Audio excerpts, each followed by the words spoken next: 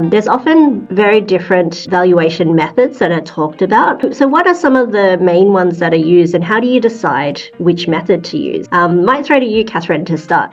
At the end of the day, when we're considering the best method, there are different approaches. So you've got a market approach and you've got an income approach. And like I said, there's a number of other ones as well. But what I've always found is that the best way to do it is to use the approach that the actual market uses. That's why it's so critical when someone who's giving you advice on business valuation, that they understand the market and the industry that the business is in. So I refer to that as a market approach, the comparable transactions method. And again, it depends on the industry. Some industries transact with a particular metric. An example off the top of my head would be a professional practice, say an accounting practice. They tend to transact in the market based on revenue, whereas many other businesses transact based on calculating an EBITDA profit and then applying a multiple to that, or a return on investment, depending on which way you want to do the calculation, comes up with the same answer. So at the end of the day, because we work in the market, when we're using a method, we want to make sure that's how the buyers will assess it, that's how the banks will look at it, and that's how their advisors, such as accountants, will look at it as well. So that's why we do it that way.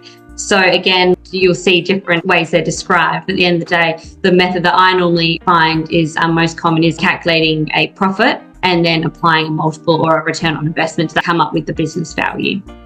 Okay. I will just throw a question that's come up for you, Catherine, from Tim. What's the formula for Catherine's statement, calculate profits and apply ROI? Just digging into that a little bit more so the audience can understand. Yeah, if you're going to be using, like a market approach where you'd be working out the profit, you work out say an EBITDA profit. So basically you normalize your profit. You look for things that are discretionary, abnormal, private. So you remove those things. So anything that the new owner wouldn't, continue to incur, or income they wouldn't earn, you get rid of all that and you come up with what we call a normalized profit. Now that can be averaged over a number of years. You would normally look at a number of years to work out the trend. And then to that, you would apply a multiple. And as we've talked about, that multiple depends on the industry, the risks involved. So you work out the profit figure, so times a multiple for that particular business. That comes up with the business value.